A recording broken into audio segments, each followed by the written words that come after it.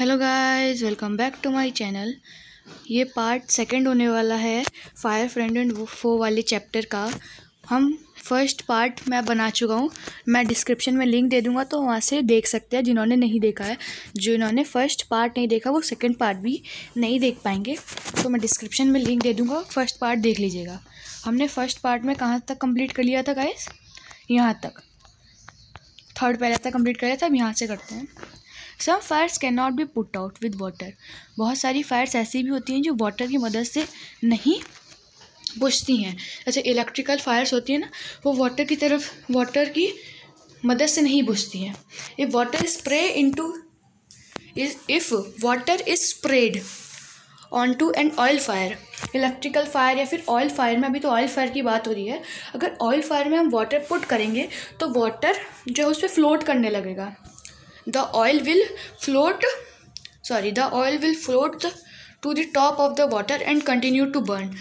जैसे आप oil fire में अगर आप पानी डाल देंगे तो क्या होगा, जो वाटर के ऊपर ऑयल फ्लोट करने लगा और बर्न करने लगेगा। वाटर कोई मदद नहीं कर सकता, क्योंकि वाटर और ऑयल एक दूसरे के दुश्मन है, वो कभी ऑब्जर्व नहीं हो सकते, मिल नहीं सकते। This can be very dangerous, ये बहुत ही डेंजरस हो सकता है। Because water can be flow quickly, water बहुत जल्दी ही फ्लो हो जाता है। Carrying the burning oil win and spreading the fire, और जो बर्निंग ऑयल है वो सब जगह स्प्रेड भी हो जाएगा जल्दी से। Water should also not be use on fires caused by electrical appliances. Water electrical appliances के भी यूज़ नहीं कर सकते हैं। इलेक्ट्रिकल अप्लाइंसेस पे अगर आप पानी डालेंगे तो आपको बहुत तेज़ी वाला शॉक लग जाएगा, बहुत पावरफुल शॉक लग जाएगा। The person spraying water might receive a electrical shock and be killed. Shock भी लग जाएगा और वो मर भी सकते हैं। अ कार्बन डाइऑक्साइड एक्सटिंग्विशर, इसको आप ऐसे पढ़ सकते हैं, carbon dioxide put out is the best thing to fight an electrical fire. अब इलेक्ट्रिकल फायर में हम पानी नहीं डाल सकते तो क्या कर सकते हैं, तो उसमें हम कार्बन डाइऑक्साइड का यूज़ कर सकते हैं। ये है हमारा we spread millions of rupees each year in fighting fires. ये वी स्पेंड कौन बोल रहा है? गवर्नमेंट बोल रही है। गवर्नमेंट मिलियंस ऑफ रुपीज़ लगा देती है फायर फाइटर्स के लिए, जो फायर से लड़ते हैं, फायर को बुझाने के काम करते हैं। And we spend more trying to find new ways for preventing fire from happening to get out control. और फायर को कंट्रोल करने के लिए गवर्नमेंट नए नए तरीके सोचती है कि कैसे फायर को अपने अंडर कंट्रोल कर सके, अगर वो इधर उधर स्प्रेड हो जाए तो, आउट ऑफ कंट्रोल हो जाए तो। On the whole we have learn rather well to control fire and put it good use in your everyday life. Fire के साथ खेलने से तो अच्छा ही है कि हम उसे आप डेली लाइफ में अच्छे से केयरफुली यूज़ करें। कुछ लोग केयरफुली यूज़ नहीं करते, उनकी वजह से फायर की बहुत सारी दिक्कतें होने लगती है, फायर इधर उधर फैलने लगती है। लॉन्ग अगो, बहुत पुरानी बात है, देयर वर नो फायरमैन, मतलब आदिवासी से थोड़े पहले की बात कर रहे हैं। देयर वर नो फायरमैन, मतलब पुराने ज़माने में फायरमैन तो होते ही नहीं थे। When fire broke out everybody become a fire fighter. जब किसी के भी घर में आग लग जाती थी, तो पहले के ज़माने में तो फायर फाइटर होते नहीं थे, फायरमैन होते नहीं थे। तो जैसे ही दूसरों के घर में आग लगती थी, पहले के घर में तो आग लगती होगी किसी वजह से, तो जो फायर फाइटर सभी लोग, मतलब आपस के सारे गाँव के लोग फायर फाइटर बन जाते थे। कैसे बन जाते थे? People form human chain, people एक ह्यूमन चेन बना लेते थे।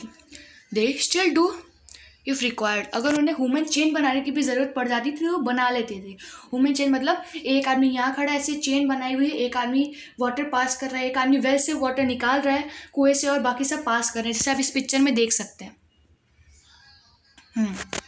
And pass buckets of the water from a well और a pond to the blaze, मतलब एक चेन बना लेते थे। एक आदमी, देखिए, एक आदमी वेल से पानी निकाल रहा है, एक सेकेंड, हाँ, एक आदमी वेल से पानी निकाल रहा है, ये पीपल, और सबके आने मटके, बास्केट है सब, और बकेट है सब फुल, और वो सारी चेन बना करके जिसके घर में आग लगी है वहाँ पर में पानी की सप्लाई कर रहे हैं। तो ये बहुत ही अच्छी बात होती थी।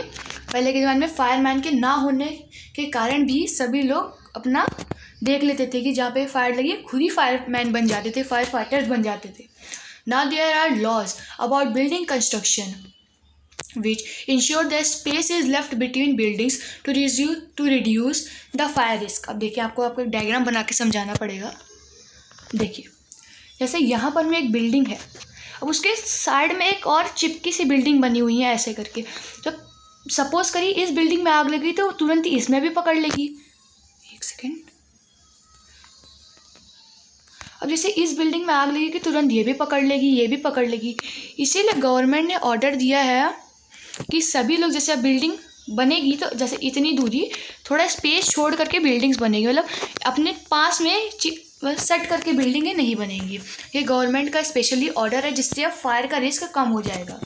Every new building specially a public place, every new building जैसे नई बिल्डिंग और पब्लिक प्लेस पे must ensure observance of fire prevention norms, मतलब फायर की जो भी सिक्योरिटी की चीज़ें वो सब होनी चाहिए पब्लिक प्लेसों पे भी और नई नई बिल्डिंग्स में भी।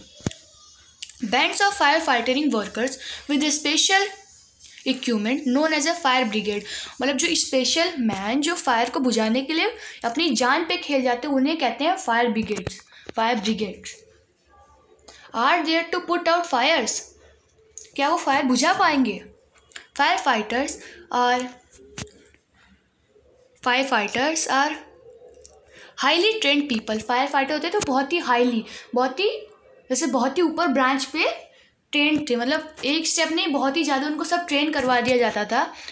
दे प्रोसेस मैनी स्किल्स, उनको बहुत सारी स्किल्स सिखा दी जाती थी कैसे फायर को आप रोक सकते हैं।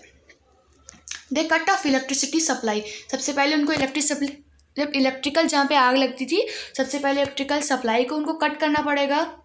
नॉक डाउन डेंजरस वॉल्स, और डेंजरस वॉल से हटना है, डेंजरस वॉल पे भी करंट आ सकता है ना। Spray water and other materials to bring fire under control, ये इलेक्ट्रिसिटी वाली बात नहीं हो रही, जैसे घर में आग लगी है तो उसकी बात हो रही है। तो क्या है, सबसे पहले इलेक्ट्रिसिटी काटेंगे और पानी का स्प्रे करने लगेंगे और उनके पास जो सब्सटेंस होते थे जिससे फायर बुझता था वो भी सब कंट्रोल में यूज़ करने लगे। They are also trained in the first aid so that they can be help people suffering from burns और from the effects of smoke, मतलब उनके साथ एक डॉक्टर जैसे भी कोई चलता था, जैसे अगर पीपल सफरिंग हो जाए, बर्न जहाँ पे उनको जल जाए तो या स्मोक से वो परेशान हो जाए तो सबसे पहले उनको घर से बाहर निकालते थे और जो उनके साथ जो मेडिकल पर्सन चलता था वो उनका देखभाल करता था। ठीक है। The discovery of fire and its uses helped early man to chop with nature. Chop का मतलब क्या होता है, वापस पढ़िए। चॉप का मतलब होता है डील, तो हम ऐसे बोल सकते हैं।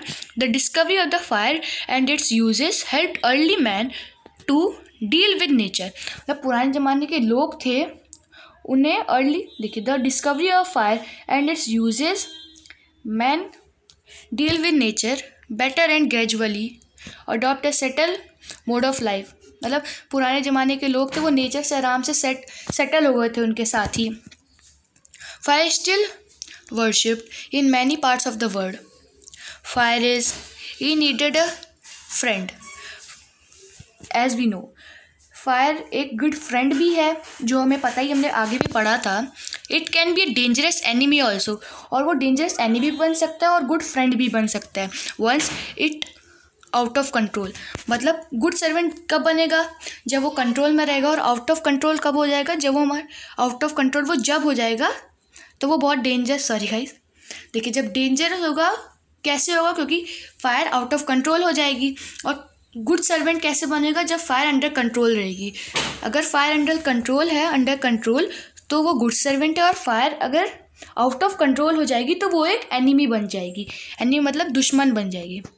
तो गाइस मैं आपको एक बात बताना चाहता हूँ, ये यहाँ पर मैं आपको जितनी भी चीज़ें दी गई हैं ना हर पेज में, कहीं लेफ़्ट तो कहीं राइट, वो आपको पढ़ना बहुत ज़रूरी है। इससे अब देखिए यहाँ पे कोप का मतलब था, तो कोप का मतलब होता है डील विद मैनेज, तो हम ऐसे पढ़ सकते हैं the discovery of the fire and its uses helped early man to deal with nature better, तो हम ऐसे पढ़ सकते हैं, इससे आपको सेंटेंस समझने में आसानी हो जाएगी।